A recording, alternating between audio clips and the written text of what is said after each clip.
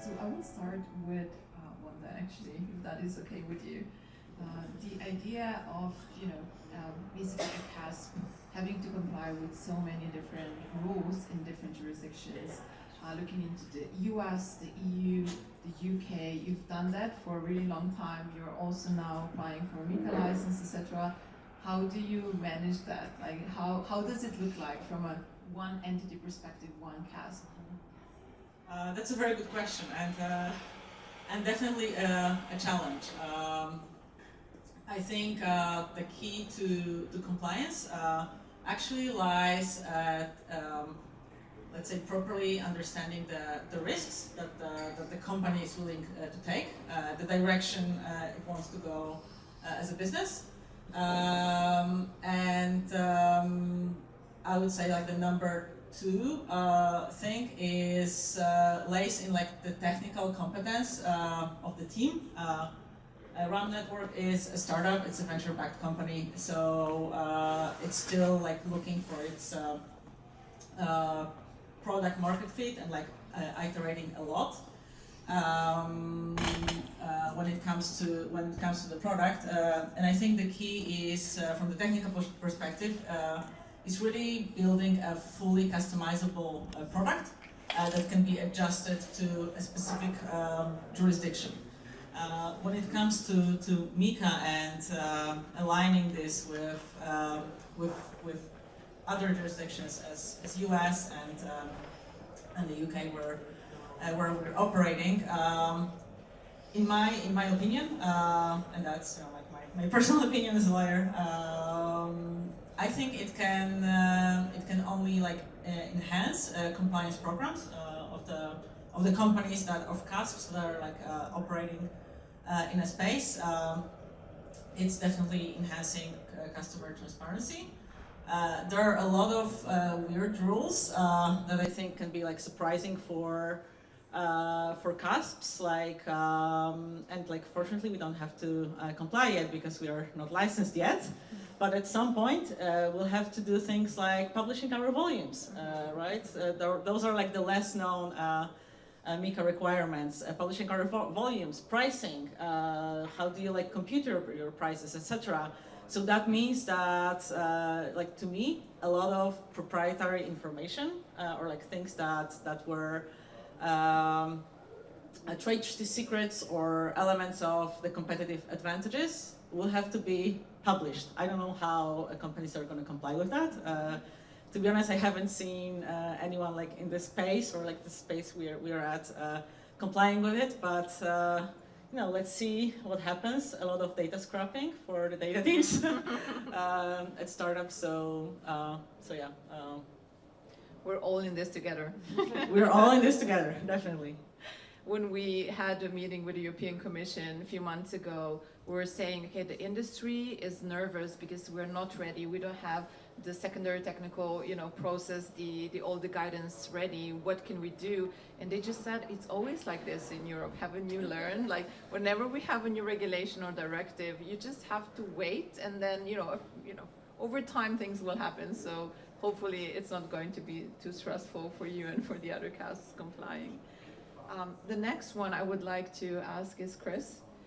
We talked about the compliance from a CAS perspective when it comes to MiCA, but there are other rules like MiCA transfer funds regulation that we'll talk later about, AML, and for kind of a protocol layer project and very, I would say, technical. That's not something that in a way you would need to comply with, but at the same time we wanted to discuss, and we will discuss about decentralization later as well. There are some questions also in the presentations this morning, maybe about the applications built on top of that, DeFi, etc. So how can we even combine those two words? The regulators are used to really, having a centralized entity looking into that and in a way addressing those specific entities or persons and making them in a way compliant or liable. What should we do with this new word that we built with blockchain? Yeah, well, that's a big question. How long do we have? To take the first bit of it first, just around how, as a foundation, we think about approaching these types of challenges and risks. I mean, again, as a reformed lawyer, hire a great legal team, and I've got Bianca in the room here, who's going to be on the next panel. That's part of that team, and very grateful for all of their effort. I think. So you're right that we as an entity ourselves, a lot of these regulations are not relevant. Some of them are, like AML KYC, of course, is very relevant to what we do, and there are a few other pieces that kind of implicate our core business, if you like, to call it that. But of course, we are also, our mandate, our mission, our legal mandate in our notarial deed is to support the growth and development of the ecosystem, and that means setting it up for success, not just from a technical perspective, but also from a compliance perspective too, right? You want to make sure that it's got longevity, it's able to, from an ecosystem perspective, weather changes in law, new developments, etc. And one of the ways that we try and do that is to ensure that all of the founders and developers that are building in the ecosystem, they have access to information, to tooling, to templates. They can come in and do office hours with members of the team so they can understand what's going on. And in my experience, despite what some politically motivated folks might say about the industry and the purpose of the industry, is it all just for criminals or whatever? The vast majority of founders, of actors in the space, they want to do things in the right way. It's been hard for particularly early stage founders historically because there's been so much uncertainty, and they can't afford to go hire a lawyer and spend 20 grand getting all of the opinions written out and have the kind of the full comfort. So I have a lot of respect for founders who have been operating in that environment, trying to do their best, and so one of our jobs is to help make their job as easy as possible.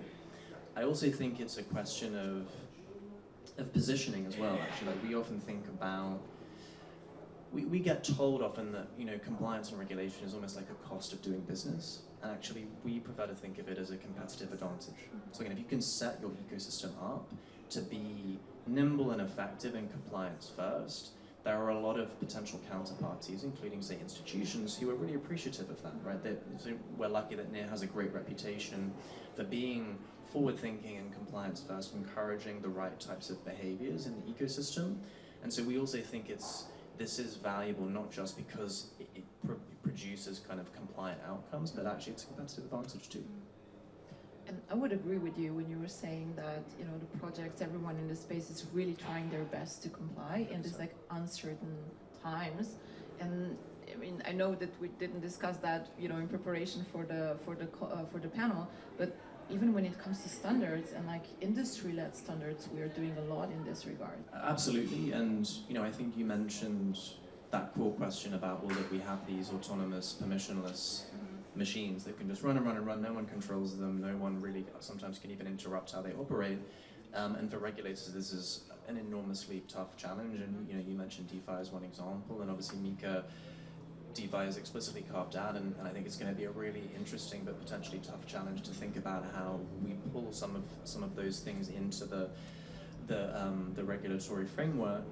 And I mean, one thing that I like to talk about often as a potential solution, or at least part of the solution, there is around disclosure, right? Because I think disclosures can solve not all of the problems, to be very clear, but certainly they can create a much more even playing field, and they can begin to diffuse some of the risks that generally arise out of things like information asymmetry, unclear conflicts of interest, unclear control powers, for example. Disclosure is like a very good place to start anyway, I would suggest. That's very much in line with what SYNBA also wrote in their last report. So I think that the majority of the industry very much agrees with that. Like, we want to have everything open and accessible to everyone. So in a way, we can read the code, of course, but it's much easier if it's also written in English. And exactly, it helps the participants understand what it means in practice for them, right? And I think that's the leap that some folks in the industry sometimes struggle with, because they're like, hello, the code's, it's open source, you can just look at it, you can figure out what the risk is, caveat emptor. And I think you have to be prepared to take a more balanced view if you want billions of people to be using the technology, because most folks are not equipped to sit down and look through a GitHub code base and figure out what the risk parameters is going to mean for them. Absolutely, and we're here to help. Thank you. So the next one I would like to ask Catarina. You are co-chair of the UK travel rule group as well. You have done a lot of education on the travel rule. It's been one of the most important topics in the last years and still is, of course, looking into the implementation of the travel rule in the EU, of course, looking into the UK and globally. What would you say about that? Where are we at the moment with implementation? What are the challenges? Could we have done a better job? Like all those very easy questions. Yeah, maybe I can comment on the kind of a comparison between the implementation in the UK and what we're seeing in the EU now. So travel rule came into effect in the UK in September 2023. And at the time, how we approached our education of the market and preparation of the market was joining a regulatory sandbox where actually RAMP was one of the participants. And this allowed the industry to have a platform to safely test travel rule flows and expose the FCA to the practical challenges ahead of the deadline. We ran 2 cohorts, I think each with 8 VASPs, and by the time we got to the deadline, September 1st, we really felt the industry was ready to go live. Everyone was prepared, the FCA had reviewed their processes, had given feedback, so we had companies there in kind of last minute reaching out to us for support because they understood that the solutions that they had in place didn't meet the FCA expectations. So there was a lot of back and forth even ahead of the deadline. And when we ran our yearly industry survey, at the time we ran an annual survey to understand the status of implementation of travel rule. And at the time, or the 2024 survey revealed like 100% compliance rate for UK respondents. So I think it was very successful, despite the challenges that are common to anyone dealing with travel rule, which I guess you're familiar with, interoperability, sunrise, and so forth, and we can talk a bit more about that. Now, jumping into the EU, it was a very different experience. I was saved from this experience for 6 months because I was on maternity leave, so that was great timing. But the experience has definitely been different. This year, we still didn't publish the 2025 report, but essentially what we saw is that 70% of EU respondents responded that they are not yet complying with travel rule. And we know that the requirements are in force since 30 December 2024. So that was kind of surprising to me. I think around 40% indicated they aim to comply throughout Q1 2025. And when looking at this, I was like, what's going on? I also heard this feedback from our sales team. They see kind of lack of urgency throughout the market.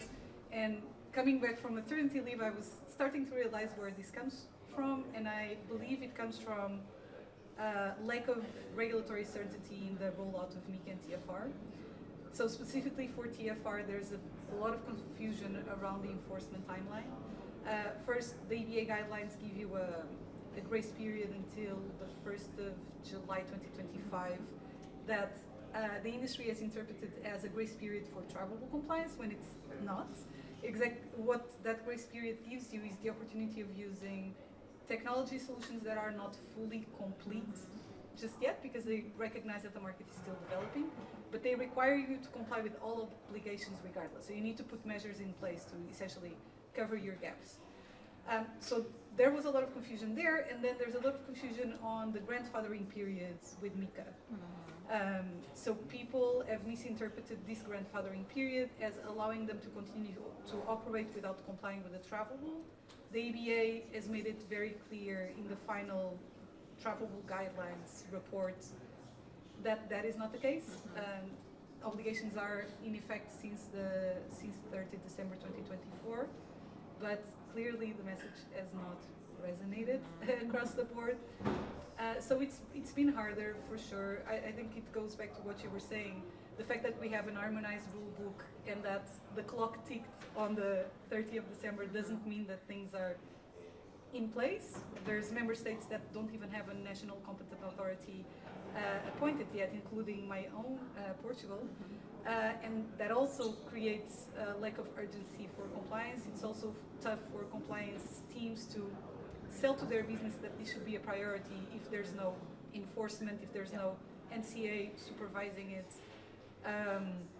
So it's definitely been a different experience in Europe. On the positive note, within the Notabene network, we definitely saw a huge uptick with TFR enforcement. So our volumes originating from the EU grew by 200 times, compared to 8 times in non-EU jurisdictions in the same period.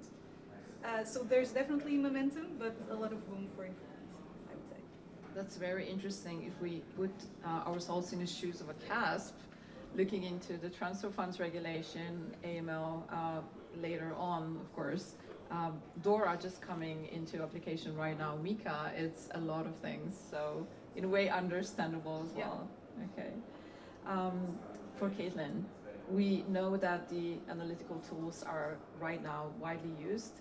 I remember years ago when we were talking still to the regulators, we had to explain what those are and why it doesn't make sense for us to send, papers to the authority, but there's software that we can use, which is very much aligned with how the blockchain works and the kind of the public information that we have there. We know that this is already included in rules, regulations like MiCA and AML. There is a requirement for those tools to be used by CASPs. Where are we right now? How much have we done in the last years? How efficient are those tools? And I know that everyone here have heard about the hack that happened, I think almost a month ago or more, around Bybit and the connection of the safe that they have used. Are those tools efficient enough for us to say, those funds will not be used in exchange for fiat? In a way, no, I mean, it's not on Chainalysis, of course, it's really on each of the CASPs, but I guess it is helpful for sure for us to understand better where, for example, are those funds going. Yeah, so I think everyone here knows what Chainalysis does and what blockchain analytics is, but just quickly, if you don't, we're providing real-world identities to the blockchain. And so for me, that was kind of my light bulb moment for crypto. I had come from TradFi. I was in a correspondent banking role where I was Googling Caitlin Barnett LLC and trying to see, what information was obtainable, what information wasn't. You were filing SARs just to file SARs and, reporting to various authorities. I saw blockchain analytics. It wasn't Chainalysis the first time, it was Elliptic. But I very quickly saw that funds were coming from a darknet market, and I was like, wait a minute, I don't have to Google, I can just very quickly make a decision and move on with it. So the first time I saw blockchain analytics was in 2016, and so now 2025. I think we have come a very, very long way, but we still have a very, very long way to go. Regulators, as you mentioned, have started to require that, regulated entities utilize blockchain analytics, but I still don't think the regulators fully understand all the capabilities of blockchain analytics, and sometimes there are some unrealistic expectations as to what blockchain analytics can and can't do. So a big part of what we're doing at Chainalysis, like everyone else here has mentioned, is education. The Bybit hack is a terrible example, but a great example of how blockchain analytics can be used. They're a customer of ours, so we were helping them right off the bat to trace funds, and we were able to help secure a number of funds back for them by being able to track the funds and the wallets. But I think that the biggest point that you already made, it is a community effort, and so it was kind of on everyone's responsibility to make sure that they were also using blockchain analytics and making sure that they were updating their block lists and things of that nature in real time, which is challenging, right? Because crypto's 24/7. That's not how traditional finance works, and so there is an expectation oftentimes, I think, of compliance officers to be working 24/7, which is really not fair. But during times like that, I think we've seen the community really rally together and work together to make sure that we are trying to stop illicit finance from happening. But it's challenging. I don't know that there's one solution. One thing that Chainalysis has recently done, we've realized that AML, KYC compliance, obviously very, very important, but just one small piece of the overall compliance obligations. And so we recently made 2 acquisitions. One was a company called Alteria that is a fraud prevention company, and they're utilizing AI to actually interact with the fraudsters and obtain information that can be used on both the fiat and the crypto side. So that's been really interesting to start to implement into our tools as well and help our customers get, greater coverage. And then the second company we acquired is Hexagate, which is a security company. And to be quite honest, way above my pay grade. I am a lawyer by training and a compliance person, not a security person. But learning a lot and talking to both the co-founders, and they have said if their product would have been used for Bybit, the hack could have been prevented. So I think there's a lot more technical capabilities that are coming to market that are really, really exciting, and hopefully just continue to make this industry a bit safer. That's very useful, and maybe going back to what Chris mentioned already, thinking about compliance as an advantage. So as you mentioned, now crypto as a service providers and regulated entities are obliged to use those in-waste software solutions. But can we think about, let's say, other entities that are not obliged, that might not be regulated yet? Is there an advantage for using that, or at least checking internally? Maybe we can go into the direction of disclosures. Could that be useful?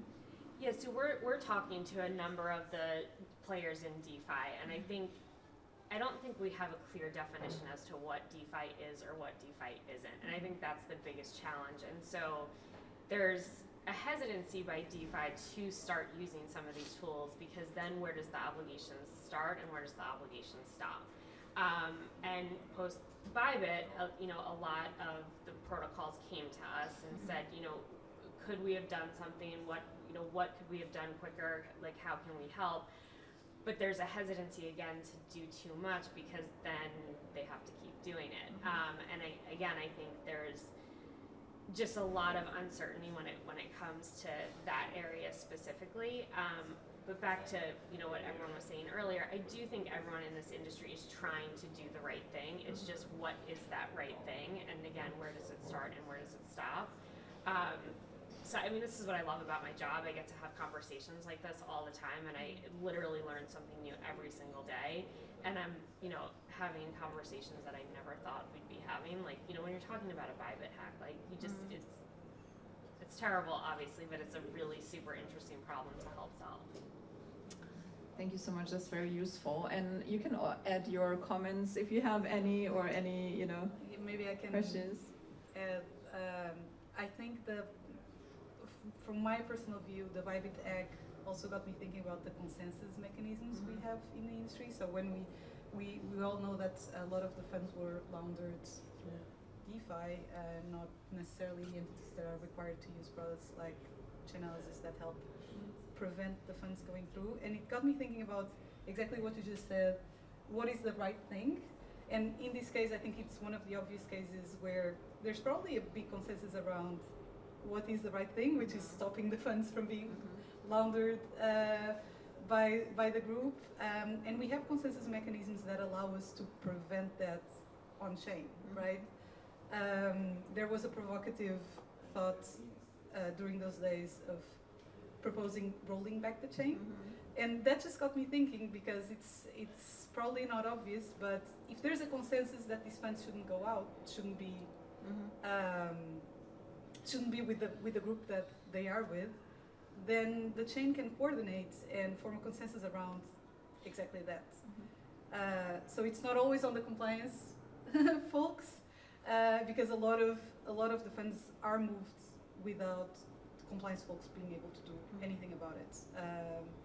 So yeah, just a provocative thought on the responsibility for. It's funny you bring up like the idea of a consensus. I had a call with a DeFi protocol, and this founder she was great, and she was like, "Why can't we all just agree what's bad?" And I was like, "It would be amazing if we could all just agree what's bad." I was like, "Unfortunately, we're not there yet," and she was shocked by it. And so again, like the conversations you have so many like-minded people that you would think we could figure out that, North Korea is bad, let's just stop that, but not everybody is there yet.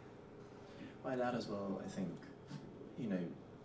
it's a very complicated topic, not just because it's hard to get a consensus about what is right from a compliance perspective, but I think it's also because that question touches on some of the fundamental kind of values, if you like, that underpin the industry as a whole, right? The idea that these things are permissionless, that it is caveat emptor, that they can be used by anyone from anywhere, right? And compromise between that starting point and, you know, something that's fully permissioned and fully kind of controlled is really difficult. And that's not just a regulatory question, it's a practical, technical one as well. And I think that, you know, it's no surprise to me that we still haven't found out an answer to that question, and actually perhaps we never will find an answer to the question. We perhaps have some kind of spectrum. There might even be different networks with different value judgments and people that participate in those networks because they feel a certain way. And I think that's probably okay, right, ultimately. It's going to keep us all employed, so It's definitely complicated and busy, absolutely. So I think, yeah, I guess what I'm trying to say is I'm not sure that there is one right answer to a lot of these questions, right? And I think that that's okay. That's probably part of why what we do is so interesting and complicated. I think, I don't know, what's your opinion, like thinking about, again, the layering of the blockchain and the way how we do have the protocols that are just, you know, the ones on top of which we build in very similar ways as the internet it is right now, not regulated, etc. And then we have applications on top that might be really, you know, consumer facing, looking into those and using all the, in a way, compliance tools that we have, software, but also some kind of, you know, just regulatory rules around that. Maybe if anyone has questions or comments around that. I know, again, we didn't plan for this, but it's a very, very interesting topic. Yeah, I think it also sparked a lot of thoughts around the infrastructure, and I'm not technical, but it would be operationally difficult to do something like that. And what does that tell us about the infrastructure is the next question. Do we need to reevaluate, or is it sustainable, the way the infrastructure is currently working? I have no answer, or I have zero answers for that because it's definitely not my field, but I thought it was interesting that it sparked these conversations. And I think also, obviously, going back to the value of permissionless, we also need to consider that all values coexist with other values and they kind of need to work together. Values are always in compromise with other values, right? Our freedoms are in compromise with, you know, my freedom is kind of in compromise with your freedom. So, and that's true for any context, and I think it should also be true for our industry. We cannot have one value that is kind of above all. It needs to coexist with other objectives, and I think that's important to keep in mind so that we are not too narrow-minded about the permissionless aspect. There's a lot of other considerations that should coexist with it. Any other comments? Whether, yes. Well, I'll add very quickly. I think one of the strengths of blockchain technology is, you know, you can code it to act in a predefined way, same way for everybody. And I think this is a great strength, right?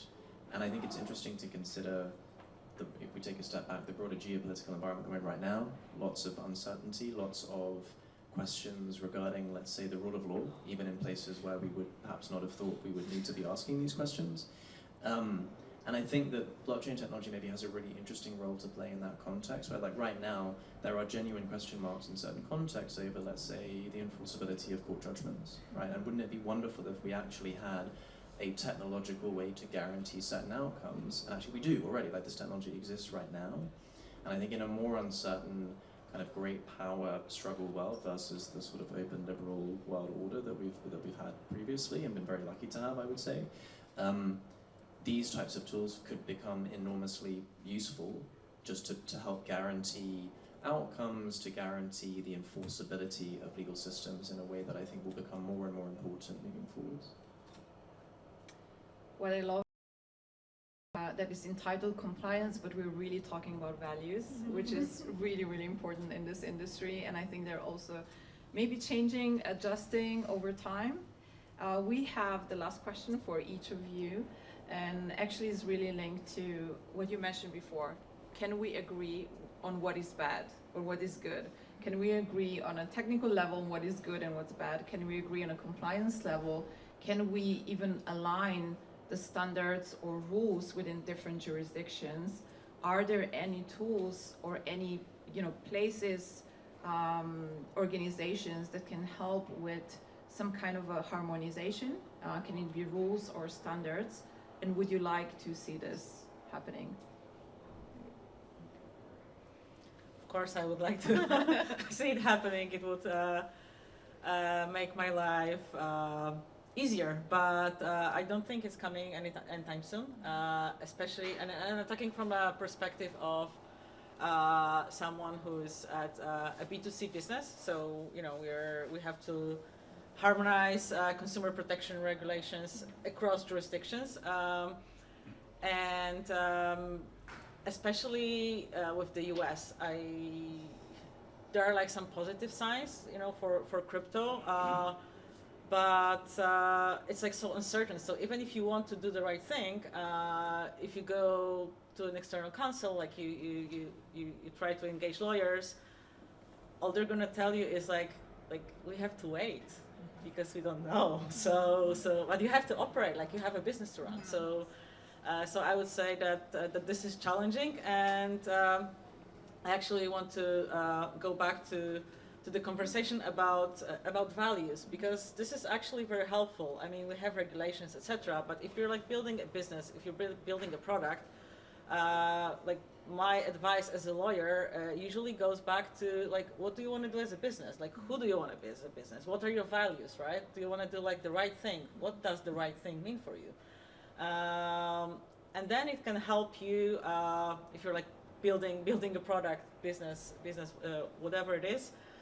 It can help you make the right decisions. So so especially like in our industry, I would go back to those like underlying values as and look at them as a guidance, for like harmonizing your approach across jurisdictions.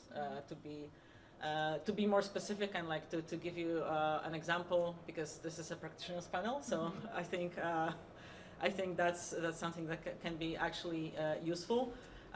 So we can take like MiCA example, right? That's imposing on us as CASP some enhanced customer protection measures, information obligations, etc. So the question is, if you're in a B2C business as we are, what are you going to do with it? Are you going to just apply it to the EU-based customers? Are you going to like extend it to like the entire pool of your customers? If you as a business think that basically users want better protection, more confidence, etc., you're just going to employ it or apply it for even in jurisdictions where it's not required yet. Yeah, right? Because this is how you want to operate. So again, I think there is no magic formula to achieve compliance.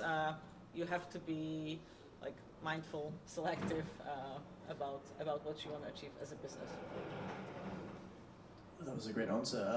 I might be a bit naughty and approach it from like a product perspective. So I agree with all of that. But I think also that if we want the industry to be successful, we have to encourage and support the creation of great products and services. That's the whole point, right? Otherwise, compliance perhaps is a bit moot, honestly. If we don't get global adoption, then all of these conversations, as interesting as they are, they perhaps don't carry as much import. So for me, I think the question is more about, does the technology exist, and do we have the talent and the will within the industry to build genuinely magical products and services for people? And I think the answer is definitely yes. I think at the moment there hasn't been enough attention and capital directed at some of those things compared to some of the other use cases that we've seen that have gotten a more immediate product market fit, that are kind of connected to everything is just a giant casino, hyper-financializing everything. But I think there's a lot of really promising signs, and I think the more that we as a collective can be supporting those outcomes, I think the better it will be for all the work that we're trying to do, but also for the industry as a whole. Thank you. Yeah, harmonization would be great, especially coming from a travel perspective. It's even more important, I would say, for travel because most of your compliance obligations depend solely on you. So if you have customer due diligence obligations, either you do it or you don't, but you fully control the process, right? You you're able to comply if you want to. With Travelable, you need to collaborate with counterparties. And in crypto, your counterparties are very often in other jurisdictions that may or may not have travel regulations, may or may not be enforcing them. So one of the biggest challenges for even the most well-intentioned VASPs is dealing with travelable compliance when they're transacting with counterparties that don't have the same obligations that are not ready to receive travelable information and also send travelable information when you get a deposit from them. So that's really challenging, and it puts VASPs in a position where they need to essentially choose between strictly complying with regulations or stopping transacting with counterparties. Essentially, the only way to strictly comply is to not transact, and that has huge business, that has a very negative effect on the business. So harmonization on the travelable front, where collaboration between international counterparties is so important, would definitely help. Caitlin, you're working globally as well. You definitely have an opinion on that. Yeah, I mean, I would love it, obviously, if we could harmonize it, but I agree with what everyone has said so far. I don't think it's in the cards. But also, I think crypto is sometimes held to a ridiculous standard. Like, TradFi is not harmonized. Like, we have different rules and regulations all over the place, and I think sometimes we're expected to be this kind of unicorn that solves everything. And there's a lot of obligations that are being put on these companies that are unrealistic. Travel rule being one of them, to be quite honest. It was one of the last things that I had to deal with at Bitstamp, and I was like, oh my God, how are we gonna do this? And we still haven't figured it out because nobody can agree. And you know, Catarina and I were talking on the side before about the Coinbase initiative, where all the major exchanges got together and did one thing because they didn't want to use a third party because they thought it would be a honeypot. And there's so many different things that constantly come up, but yet the regulators were just like, no, you guys got to comply right away. And it's not feasible to expect these companies to be able to do it so quickly. And you brought up a great point too, like, you can't just go out and hire outside counsel when you're starting. I mean, it's really expensive, and especially in the US right now, they have no idea what the answer is, because our buddy Trump is changing things every single day, so we don't know what's gonna come. Hopefully he's gonna continue to stay positive on the crypto front. That's like the one positive aspect that I'm trying to cling on to as an American. But yeah, I would love for the harmonization to happen. I just don't think it's realistic or on the cards anytime soon. Thank you for your time, for your opinions. I think we have proven that lawyers are much more than just lawyers, are in a way the heart of the business as well, talking about compliance and going into values. We do have some time for questions, so I hope you can stay longer. I think especially Chris, maybe you might need to leave, but... A few more minutes. Okay, great. So if you have a question for Chris, you should start first, and then I think others can stay a little longer. That blockchain would be an enabler maybe for making compliance easier. Do you see in the mid or long term a possibility, maybe this is a bit unrealistic, but from a technical point of view, would it be possible to see even a shift from compliance at the level of private companies that have been now been used as the policemen of the world, towards maybe harmonized or maybe a compliance by third-party service providers that would make it possible to keep this like oversight at the level of the blockchain, and also maybe at the level of, let's say, service providers that could take this service as, you know, as an outsourcing service provider, and taking this big responsibility out of the duties of private companies. It's a great question. So I think the short answer is I think the technology exists to do that, definitely. I'm a big believer, partly because of my role in ensuring that truly permissionless, truly autonomous infrastructure exists to power the future internet. So I think what you described maybe, and this is just my personal view, probably shouldn't necessarily be baked in at that layer because, I mean, A, because you might need different approaches for different jurisdictions, but also B, because folks might have a different perspective about what the right position is. I do think, however, that there can and should be, and iOS is a great example of this, a suite of blockchain-enabled compliance tools that can be plugged in, and also that can sit across a bunch of different pieces of blockchain infrastructure, that could definitely bring about the types of policy outcomes that I think we would all agree, at least in principle, are the kind of the things that we are aligned about wanting to achieve. But the biggest challenge, and we're beginning to see changes, but the biggest challenge right now is how you interface that technology and those tools with the existing legal systems, right? Which just might require you to do things in a particular way that is very inconsistent with the way that, say, blockchain technology or ZK proofs or whatever function today. And there are some sandboxes that are experimenting with trying to adjust the laws and regulations to be a bit more flexible in that regard.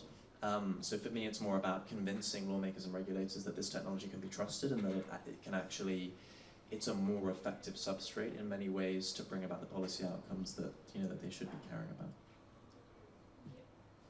Any other questions? I'll try and articulate. Don't hesitate to correct me. So I take away from our conversations this morning that right now we're thinking about aligning values to navigate uncertainty and essentially align and fine-tune risk engines that some of us have somehow managed to build. We've also talked about skepticism as to the potential for harmonization of those underlying rules, right? I'm a privacy expert and advocate ex-Kraken, and I was wondering how, from your own compliance perspectives and roles, you're looking at the potential and lever that good data management and governance can actually bring in terms of bridging the gaps that you've outlined today. Going back to Chris Donovan's comment about, like, at the end of the day, there's a business to run, there are products to launch, and we're relying on this vast amount of essentially unstructured and untapped data, where there's obviously risks that you've highlighted and that you guys are tapping into as a matter of solution. So how are you thinking about basically data governance from your perspective? I'll go quickly, and then because I need to head off to not miss my train, but I would just, from the privacy perspective, I'm fully aligned. I think privacy, fundamental human right, and is not something which is baked into the existing internet infrastructure at all, right? We all have basically no privacy whatsoever. I think we have an opportunity with blockchain and associated technologies to bake in privacy outcomes that I think are very beneficial for end users, but frankly also can bring about better outcomes for businesses. Things like, well, I don't know, less honeypot risk, for example. Like these are really good outcomes, and I spend a little bit less time thinking about, say, the underlying data structures that you're clearly very expert in, and think more about the structures or systems that enable the privacy enhanced outcomes that I think are very important. And so we do a lot of work with projects, again, including iOS, that allow to scale privacy enhanced technologies and outcomes so that they're really easy to use. Because in my experience, both with businesses but also with individual end users, people say they care about privacy, but in practice they don't, or at least they don't care enough to change the way that they do things. So if I said to them, oh, you realize, I don't know, Google has all of our information, they go, I don't care, Gmail's great, I want to keep using Gmail. Or I love how Amazon can deliver everything for me in 2 hours or less. I care about that more than I care about my privacy. And so, again, our job is to give folks a better experience with these privacy enhanced tools or applications or experiences so that they have a reason to change how they do stuff, and then the privacy is kind of by default and by design happens because people are making like a product experience based choice.